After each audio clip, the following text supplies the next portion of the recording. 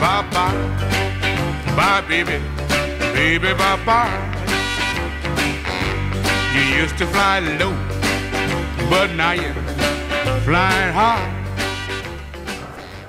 Þá hann kominn på legg, Sæmundur Pálsson, sem var hér með Hvítum máfum í síðustu viku. Leigubílstjóri, gistihúsarekandi og fyrrverandi togarasjómaður og togarajaxl. En það er jaxl líka kominn í stóli núna með Hvítum máfum hjá okkur í dag.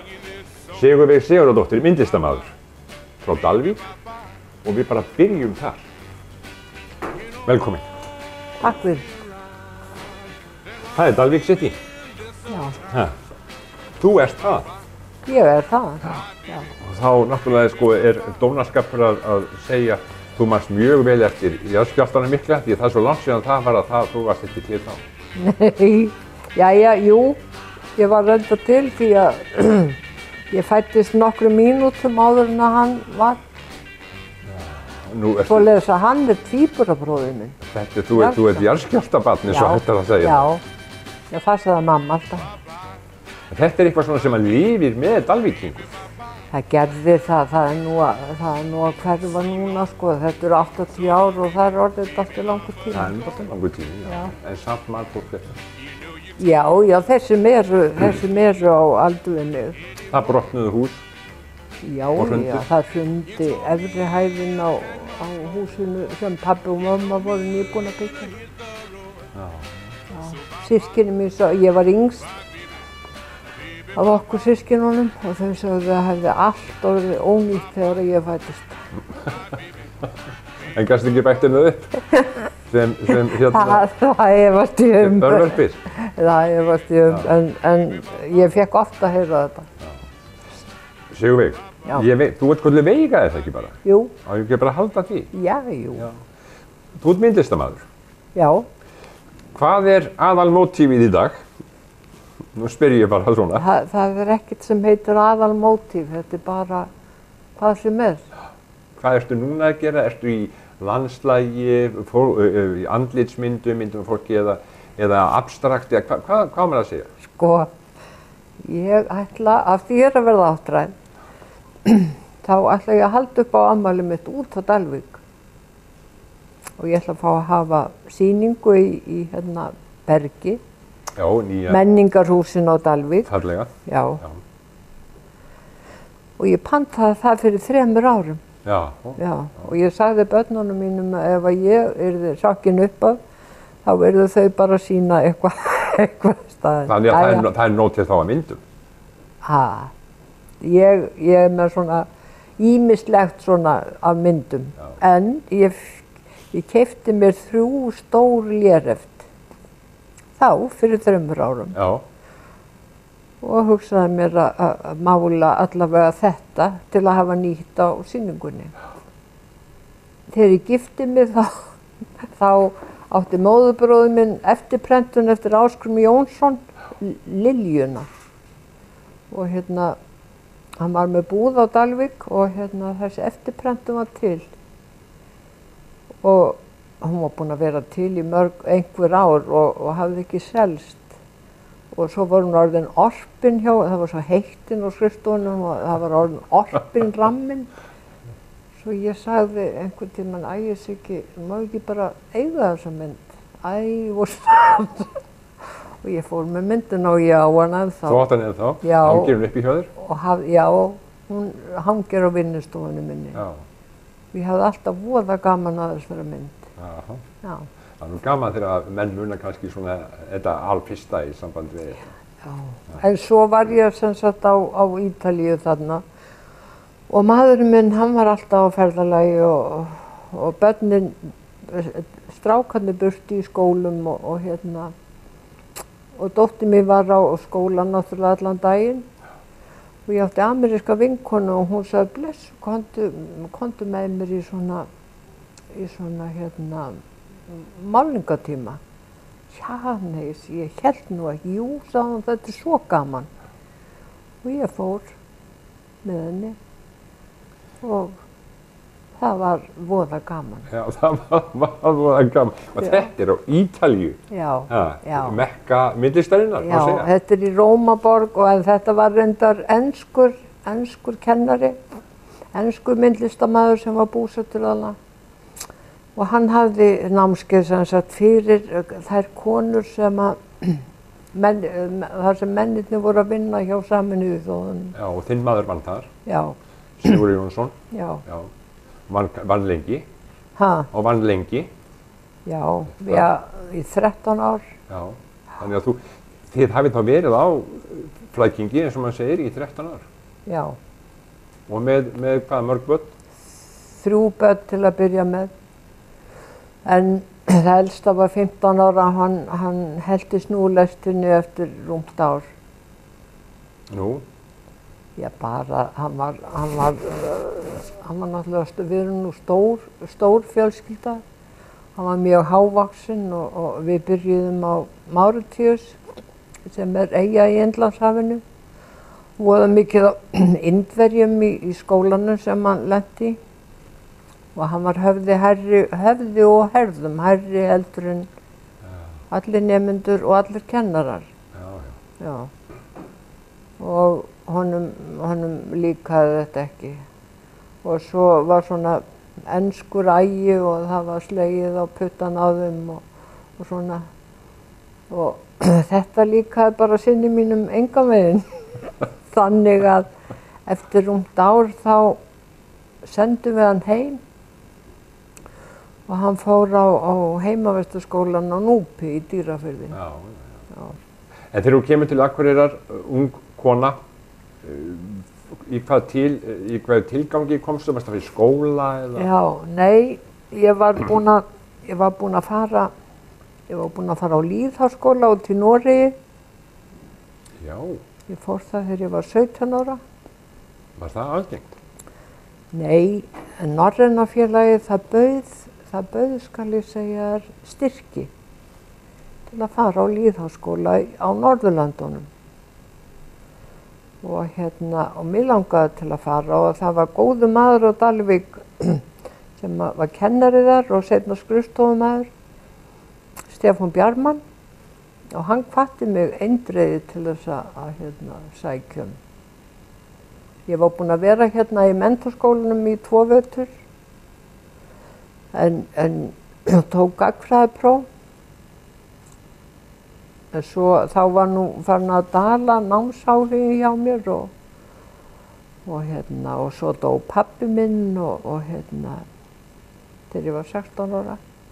Svo ég hélt ekki áfram. Þá var menntaskólinn honum var skipt. Það var gagnfræðideild og svo var... Svo menntaskóli. Já. Tók gagnfræðiprófið og sumir aðrir sem voru með mér sem héldu áfram. Ég samsagt hætti og þessum fyrrverandi kennara og honum féll voða illa að ég skildi hætta. Og hvatti mig til að sækja um þetta styrk hjá Norræna félaginu.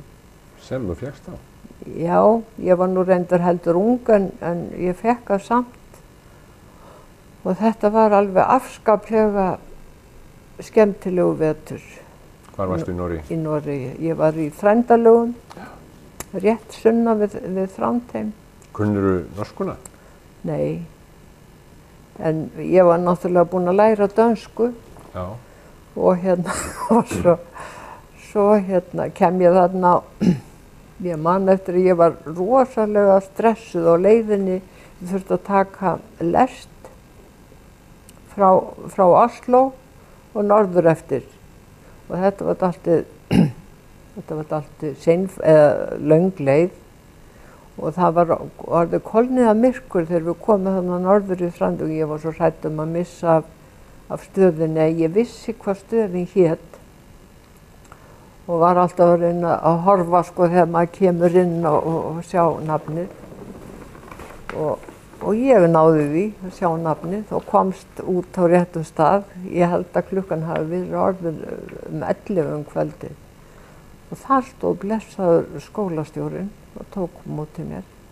Og varstu bara ein á leiðinni? Ég var ein, já. Hvernig fórstu? Fórstu siglandi eða fljúgandi? Við fórum siglandi með Gullfoss. Við vorum 5 eða 6 sem fórum en sko og við skiptumst á Norðurlöndin. Já. Sumir urðu eftir í Danmörku og svo í Svíþjóð og Noregi. Og svo kom ég heim haustið og fór aftur að vinna á stöðinni eins og ég byrjaði að vinna á símstöðin á Dalvík þegar ég var líklega 14 eða 15 ára. Já. Svona á sumrin og svona. Var það hérna svona Já. Rauvar? Já. Var það svoleiðis? Já. Og viðtalsspil og það? Já. En svo hefur náttúrulega verið tengd síman töluvert lengi eftir það. Þú vannst töluvert fyrir símanum? Já. Svo sótti ég hérna, svo langaði mig til að, eftir ég kom þarna heim, þá langaði mig til að gera eitthvað annað heldur en að vera á Dalvík og vinna á símanum. Og ég sótti hérna á skrifstofu Kaupfélagsins hjá Jakob Frímannssyni. Já. Ég kannaðist við hann því að hérna, hann átti sumarbústað út í Svarfaðardal og ég hafði verið samtíða dóttur þeirra þar eitt sumar og þeim, þar sem þau voru. Og hérna, ég hugsaði með mér, já, nú prófi ég að fá, en hann vildi ekkert fá mig í vinnu. Og þá náttúrulega sótti ég á símanum og ég fekk strax vinnu þar. Já. Á símanum á Akureyri. Hver var símstöðarstjóri þá? Gunnar Skram. Skram? Já. Hann var bara alltaf kallað Skram? Já. Já. Hvað varstu lengi hjá símanum? Ég vann hjá símanum þar sem að ég vann yfirleitt í 40 ár. Ég byrjaði 47 á Dalvík. Já, ég var ekki nema 13 ára. Og ég vann meira og minna hjá símanum þangað til 87. Já. Þegar ég var hérna heima. Þú hefur afgreitt mörg símtölin? Já, og ég vann nú reyndar á skrifstofu seinast. Já. En ég hafði alltaf voða gaman á þessu starfi. Já, var þetta ekki oft alltaf skemmtilegt? Jú, þetta var líflegt starf og skemmtilegir starfsfélagar. Já. Mjög. Og viðskiptavinir líka? Já, og það líka. Var ekki sími þá bara í rauninni eins og 118 í dag að maður hringja og spyrja um allan fjanda? Jú. Uppskriftir Við leystum úr öllu. Er það ekki? Já, en sko til 87? 87, já. En hvenær hefjast þessar utanlandsferðir ykkar fjölskyldan? Já, 70 og við komum heim 83. Þetta voru 13 ár. Já. Við fórum 70. Hvernig leist þér á það þegar Sigurður Jónsson, vélstjóri, maður þinn, kemur til þín og segir, jæja veginn mín, nú skulum við flytja til útlanda? Mér fannst það spennandi. Já, þú ert svona flökkukind? Já. Og hvað var í boði fyrst? Já, ég er miklu meiri flökkukind heldur en hann. Já, er það? Já. Hvað stóð þá til boða? Að fara til Máritíus og við höfum ekki hugmynd hvar það var. Og við heldum að við værum að fara til Afríku, við heldum að við værum að fara til Máritíu eða eitthvað. Já. En þetta er hvað í Indlandshafi? Þetta er í Indlandshafi, smá eyja í Indlandshafi. Hvar, svona, ef við hættum að staðsetja það svona í huganum? Vestur af Madagaskar. Vestur af Madagaskar? Já. Og hvernig var þetta? Þetta var náttúrulega mikið ævintýri. Þetta var náttúrulega erfitt fyrir krakkana. Ef að börnin mín hefðu alltaf að leggja þetta á börnin sína sem ég hefði alveg galinn. Já. En þau voru reyndar mjög dugleg, börnin okkar. Þau voru 4 ára, 10 ára og 15 ára. Já. Þegar við byrjuðum. Já. Þannig að þú hefur rauninni ekki gert neitt annan en hugsa þau? Nei, og það þurfti að keyra þau í 3 mismunandi skóla og dóttir okkar 4 ára, hún fór í svona dagskóla hjá franskri konu sem að kendi henni þessa fínu ensku. Nei. Jú. Já. Jú. En þegar þú sér svona, sko, horfir aftur tilbaka, heldur að börnin hafi ekki haft gott af þessu? Þau eru tungumál og... Sko, þau náttúrulega bæði vinna og tapa. Það alltaf svoleiðis. Já. Þau hafa tapað sum og grætt annað. Hvernig þjóðfélag var þarna á þessum slóðum? En þau kvörtuðu aldrei. Nei. Það megu þau.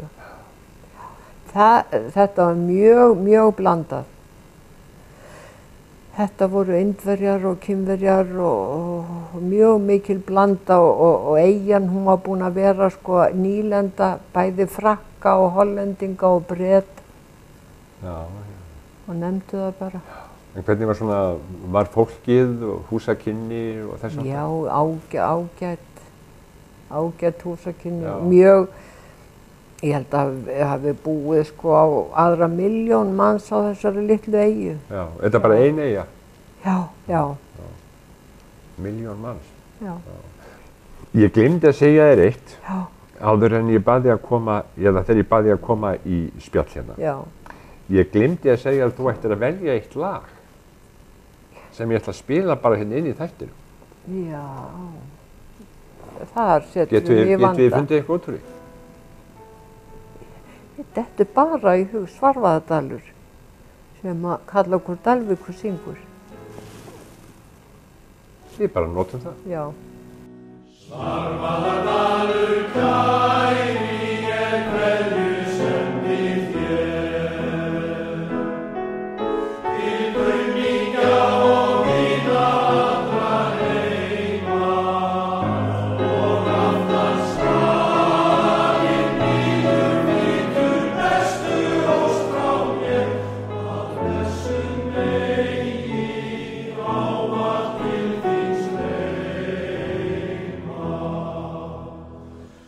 Og ef ég væri feigur ég flýi heim til þín í fjallaskjóli gróðurinn og klifin að hvíla þér við hjarta heitust óskin mín og njóta þannig lengi þráðan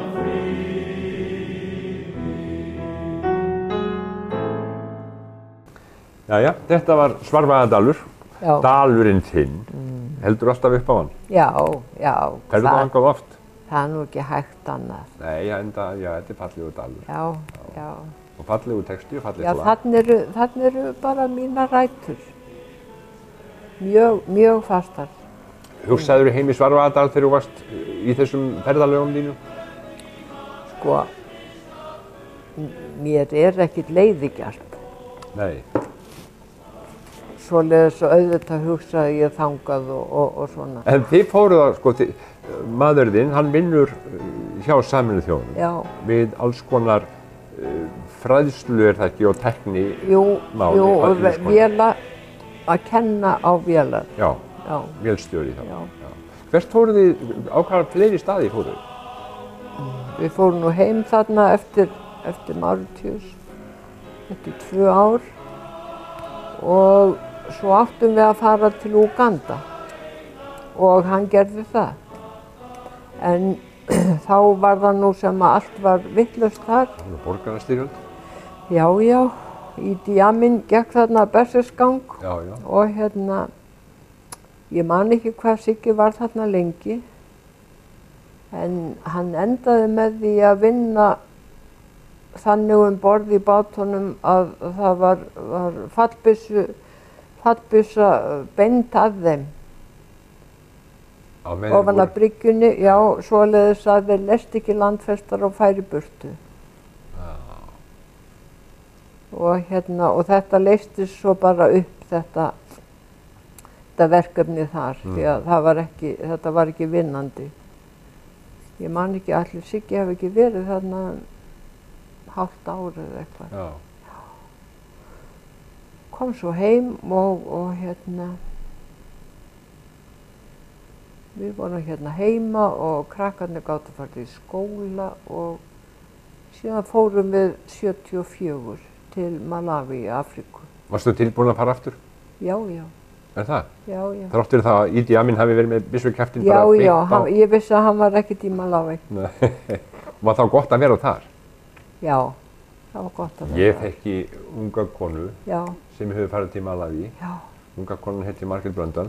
já, Hún hefur sagt frá því. já. Og hún fekk algjöra Afríkuveiki eftir Já, hún hafi verið þar. Já, sko, við vorum voða heppin þar. Við byggum niður við vatnið, Malawi vatn.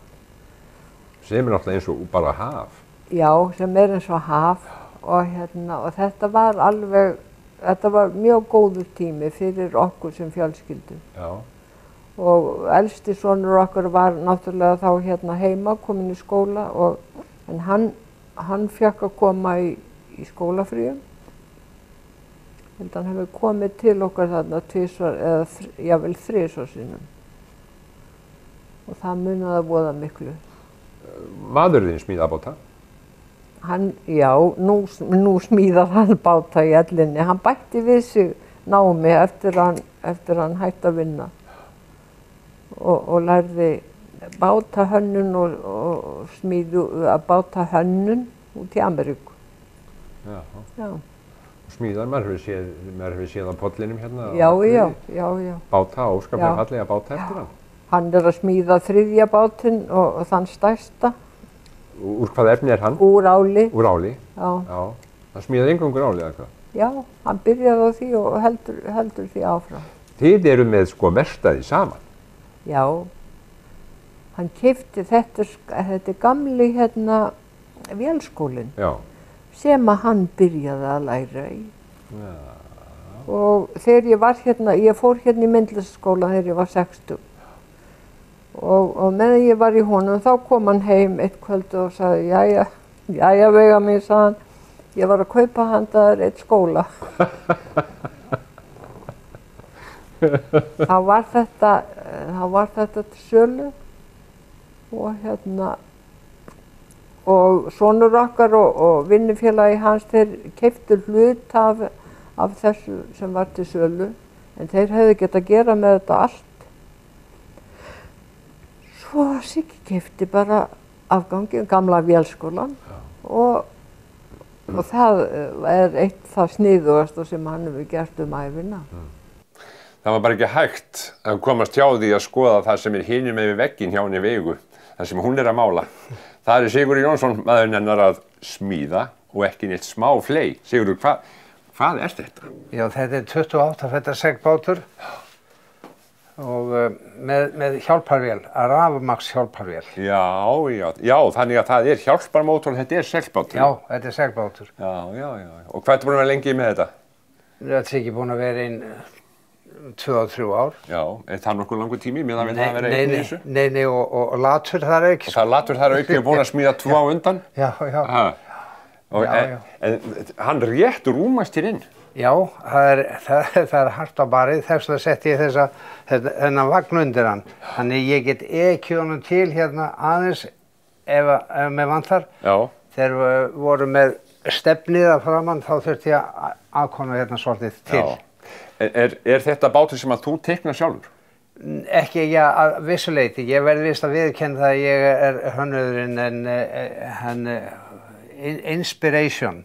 Eða ég hef annan bát til eftir sjónar svona. Já. En allir gallar sem framkoma á þessu það er ekki hægt að klína því á upprunalega höfundin, svoleiðis að ég verði að gangast við honum. En hvenær á hann að fara á sjó? Það er ekki. Eins og maður segir stundum í júlí, en það er bara ekki ákveðið hvað orðið er. Nei, það er bara það. Já. En við skulum koma hinum og skoða hvernig þetta er. Þetta er alveg með ólíkindum hvað þú hefur gert. Já, það er að hneigja sig, sko. Já, maður þarf að hneigja sig hérna.